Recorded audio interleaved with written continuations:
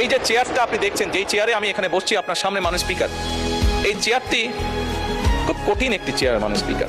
এই চেয়ারটি দেখলে মনে হয় বসতে খুব আরাম, আসলে মাননীয় স্পিকার মোটেও আরামের না। এই চেয়ারটিতে বসলে মাননীয় স্পিকার প্রতি মুহূর্তে মনে হয় যে আগুনের তপ্ত হিট আসছে মাননীয় স্পিকার।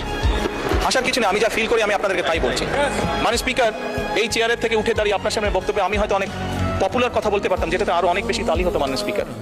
কিন্তু এই চেয়ার আমাকে বলে যে আমি সবসময় পপুলার কথা বলতে পারি না। একজন রাজনীতিবিদ হিসাবে আমারও তো ইচ্ছা করে পপুলার কথা বলতে, যাতে জোরে জোরে তালি পায়। কিন্তু এই চেয়ার প্রতি মুহূর্তে আমাকে স্মরণ করে দেয়, no, you have to take the right decision, not the popular decision. এই সংসদের এই সবুজ চেয়ারে যারা বসে আছেন, আমি মনে করি আজকে বোধহয় আমাদেরকে সিদ্ধান্ত নিতে হবে যে আসুন আমরা পপুলার ডিসিশনে আলাপ করব না, আমরা আলাপ করব সঠিক ডিসিশনের ব্যাপারে, রাইট ডিসিশনের ব্যাপারে।